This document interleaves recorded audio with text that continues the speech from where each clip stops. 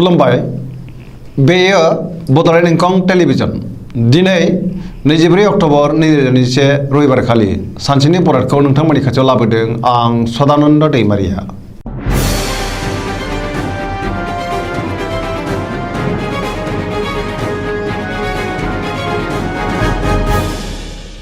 सिगां फरायनो लादों मेष राशि गिबि हांखो अ ल। दिनैनि साना मोजां आरो गाज्रिनि गेजेरजों बाबेनलांगोन। गोसोआव गोनो गोथो साननाय फैगोन, जेरावबो देरहासार जानो हानाय नङा। मावनो लानाय खामानिखौ मावफुंनो गोब्राब जागोन। गोसोखौ दिनै उसुखुथु मोनगोन। देहाया मोजाङै थागोन। बहानिफ्रायबा मोजां खौरां फैनोबो हागौ। रांखावरियाव मोजां, गोबां धोन आरजिनो हागोन। बेफार फालांगियावबो मोजां मुलाम्फा मोनगोन। सोरबा लोगोनि हेफाजाबखौ मोननो हागोन। न'खराव दिनै अनलायनाय फैगोन।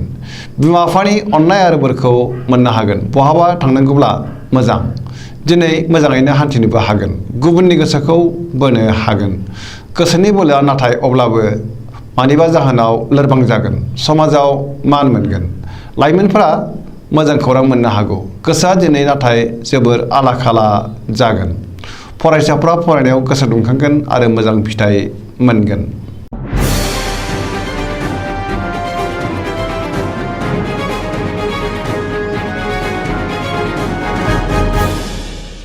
वृष राशि गिबि हांखो इ उ ब। दिनैनि साना जोबोर मोजां। गोसोखौ दिनै जोबोर गोजोननाय मोनगोन। गोसोनि बोलोआ बांगोन। मावनो लानाय खामानिखौ थि समावनो आरो गोरलैयैनो मावफुंनो हागोन। समाजाव गोबां मान मोनगोन। रांखावरियाव जोबोर मोजां होनजायो। गोबां धोन आरजिनो हागोन। बेफार फालांगियाव जोबोर मोजां मुलाम्फा मोनगोन। आयआ बांगोन। मोननो गोनांखौ दिनै मोननो हागोन। न'खराव दिनै बिसि फिसायनि गेजेराव अनलायनाय फैगोन। बिदा फंबायनि हेफाजाब मोनगोन। बिमा बिफानि अननाय आरो बोर मोननो हागोन। देहाया मोजाङैनो थागोन। गुबुननि हेफाजाब मोनगोन। जायखि खामानि मावा मानो मोनफ्रोमबो खामानिखौनो दिनै गोरलैयैनो मावफुंनो हागोन। लोगोफोरनि अनसायनाय मोनगोन। गोसोनि साननायफोरा मोगथाङाव जाफुंगोन। पजिटिभ एनार्जिनि गोहोम गोग्लैगोन। गोसोआ दिनै जोबोर रमान्टिक जागोन। लाइमोनफोरा गावबा गावनि गोसोनि साननायखौ फोरमायलायनोबो हागोन। खुसिनि आंखाल जानाय नङा।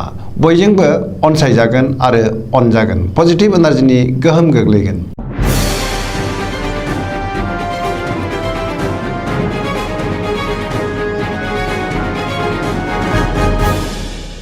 मिथुन राशि गिबि हांखो क स। दिनैनि साना जोबोर मोजां। बयजोंबो अनजागोन। गोसोखौ दिनै जोबोर गोजोननाय मोनगोन। गोसोआ जोबोर खुसि जागोन। देहाया मोजाङैनो थागोन। रांखावरियाव जोबोर मोजां होनजायो। गोबां धोन आरजिनो हागोन। बेफार फालांगियाव जोबोर मोजां मुलाम्फा मोनगोन। आयआबो बांगोन। न'खराव दिनै अनलायनाय फैगोन। बिदा फंबायजों मोजां सोमोन्दो थागोन। समाजाव मान मोनगोन। गोसोनि बोलोआ बांगोन। मावनो लानाय खामानिखौ थि समावनो आरो गोरलैयैनो मावफुंनो हागोन। सोरबा लोगोआ मोजां खौरां होफैनो हागौ। सोरजोंबा बाख्नायजानोबो हागौ। गुबुनजों मोजां सोमोन्दो लाखिनो रोंगोन। लाइमोनफोरनि गोसोआ दिनै जोबोर रमान्टिक जागोन आरो गावबा गावनि गोसोनि साननायखौ फोरमायलायनोबो हागोन। फरायसाफ्रा फरायनायाव गोसो दुंखांगोन आरो मोजां फिथाइ मोनगोन। पजिटिभ एनार्जिनि गोहोम गोग्लैगोन। सरासनस्रायै दिनै साना जोबोर मोजां आरो मोजाङैनो बारग'लांगोन।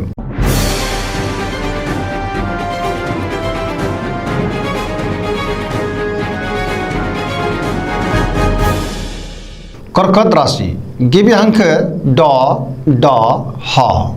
दिनैनि साना बारा मोजां नङा। गोसोआव गिनाय फैगोन। सोरबा लोगोजों रायखोमा जानो हागौ। गोसोनि साननायफोरा देबार नांगोन। गोसोआव नेगेटिभ साननाय फैगोन। मावनो लानाय खामानिखौ थि समावनो मावफुंनो गोब्राब जागोन। रांखावरियाव दिनै जोबोर मोजां होनजायो। बेफार फालांगियावबो जोबोर मोजां मुलाम्फा मोनगोन। देहाया दिनै मोजाङैनो थागोन। गोसोखौ नाथाय जोबोर आला खाला मोनगोन। गुबुननि हेफाजाब लानांगोन। न'खराव दिनै अनलायनाय फैगोन। समाजाव मान मोनगोन। फरायसाफ्रा फरायनायाव मोजां फिथाइ मोननो हागोन आरो गोसोआबो दुंखांगोन।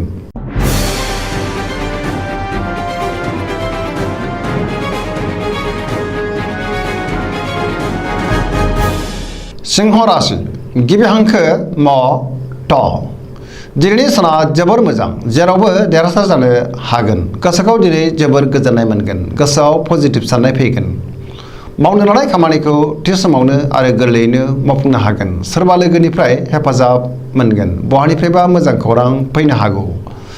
बहाबा दावबायहैनो एबा हान्थिनो खाबु मोनगोन। रांखावरियाव जोबोर मोजां मोननो गोनांखौ दिनै मोननो हागोन। बेफार फालांगियाव जोबोर मोजां मुलाम्फा मोनगोन। गोसोनि साननायखौ गुबुननो फोरमायनोबो हागोन।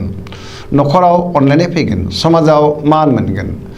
गुबुननि गोसोखौ गोरलैयैनो बोनो हागोन। देहाया दिनै मोजाङैनो थागोन। गुबुननि थाखाय मोजां खामानि मावनानै होनोबो हागोन। जायखि खामानि मावा मानो मोनफ्रोमबो खामानिखौनो दिनै मोजाङैनो मावफुंलांनो हागोन। पजिटिभ एनार्जिनि गोहोम गोग्लैगोन। सरासनस्रायै दिनै साना जोबोर मोजां आरो मोजाङैनो बारग'लांगोन।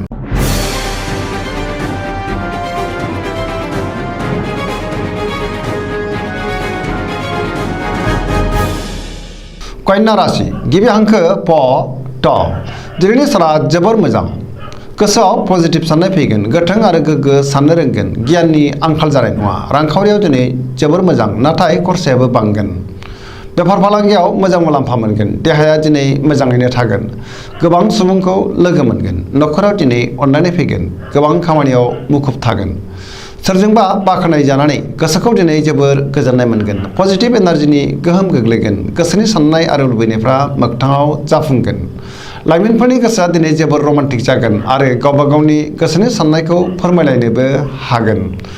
फरायसाफ्रा फरायनायाव गोसो दुंखांगोन आरो मोजां फिथाइ मोनगोन। धोरोमारि बिथिङावबो गोसो दुंखांगोन। गुबुननि गोसोखौ दिनै गोरलैयैनो बोनो हागोन।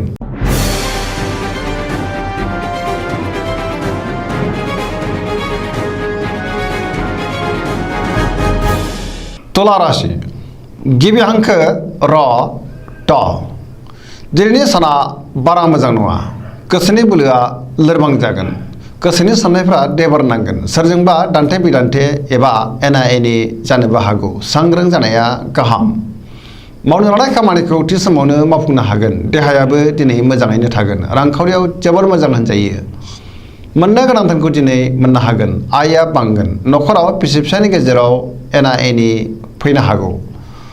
समाजाव मान मोनगोन। बेफार फालांगियाव जोबोर मोजां मुलाम्फा मोनगोन। गुबुननि गोसोखौ बोनो हागोन। लोगोफोरनि हेफाजाब मोननो गोब्राब जागोन। गोदान थांखि लाथ'वाब्ला मोजां। सेंग्रा सिख्लाफोरनि गोसोआ दिनै जोबोर रमान्टिक जागोन। गोसोआव नाथाय गुलाय गुजाय साननाय फैगोन। नेगेटिभ एनार्जिनि गोहोम गोग्लैनो हागौ। सांग्रां जानाया गाहाम।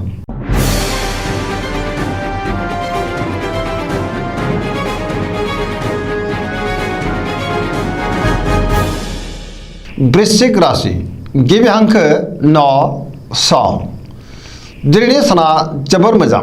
बयजोंबो अनजागोन आरो गावबो गुबुनखौ अननो रोंगोन। गोसोआ दिनै जोबोर रमान्टिक जागोन।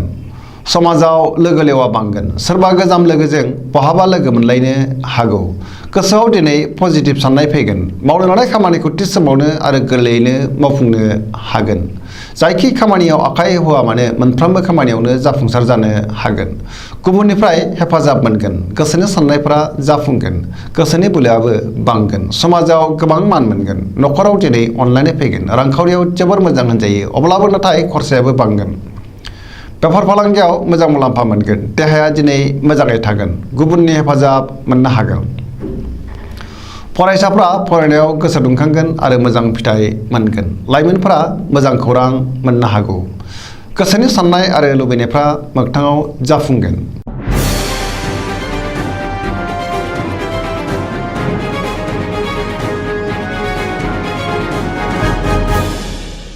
धनु राशि गिबि हांखो ध फ भ दिनैनि साना मोजां आरो गाज्रिनि गेजेरजों बाबेनलांगोन। गोसोआव बेले बेजे साननाय फैगोन। मावनो लानाय खामानिखौ थि समावनो मावफुंनो गोब्राब जागोन। गोसोनि साननायफ्रा नाथाय अब्लाबो जाफुंगोन। रांखावरियाव मोजां। मोननो गोनांखौ दिनै मोननो हागोन। बेफार फालांगियावबो मोजां होनजायो। समाजाव मान मोनगोन। न'खराव सोरबा आलासि फैनो हागौ। देहाया दिनै बारा मोजां थानाय नङा। लोमजानो हागौ।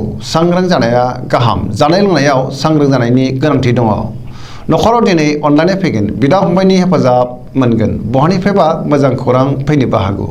लाइमोनफोरनि गोसोआ दिनै जोबोर रमान्टिक जागोन। गावबा गावनि गोसोनि साननायखौ फोरमायलायनोबो हागोन।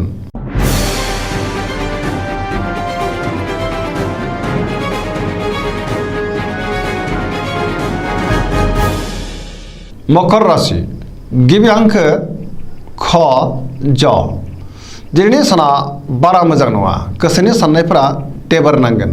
सिगांनि बबेबा आद्रा खामानिखौ दिनै मावफुंनो नाजायोब्लाबो गोब्राब जागोन। रांखावरियाव मोजां, आयआ बांगोन, मोननो गोनांखौ दिनै मोननो हागोन। बेफार फालांगियाव मोजां मुलाम्फा मोनगोन। गुबुनजों मोजां सोमोन्दो लाखिनो नाथाय गोब्राब जागोन। मावनो लानाय खामानिखौ मावफुंनो हागोन। गोदान खामानिखौ जागायजेननो हानाय नङा। न'खराव दिनै अनलायनाय फैगोन। बिदा फंबायनि हेफाजाब मोनगोन। लाइमोनफोरनि गोसोआ दिनै जोबोर रमान्टिक जागोन आरो गावबा गावनि गोसोनि साननायखौ फोरमायलायनोबो हागोन। फरायसाफ्रा फरायनायाव गोसो दुंखांगोन आरो मोजां फिथाइ मोनगोन।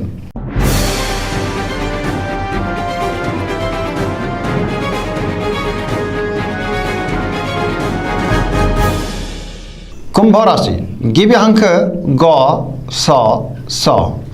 दिनैनि साना मोजां आरो गाज्रिनि गेजेरजों बाबेनलांगोन। गोसोखौ दिनै जोबोर उसुखुथु मोनगोन। मावनो लानाय खामानिखौ थि समावनो मावफुंनो गोब्राब जागोन।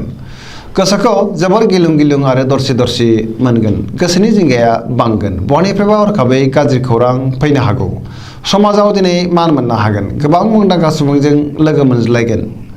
रांखावरियाव मोजां, नाथाय खरसायाबो बांगोन। बहानिफ्रायबा गोबां धोन मोननोबो हागोन। देहाया दिनै मोजाङैनो थागोन।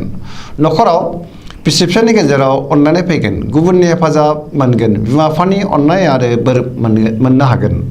बहाबा दावबायहैनो खाबु मोनगोन। पजिटिभ एनार्जिनि गोहोम गोग्लैगोन।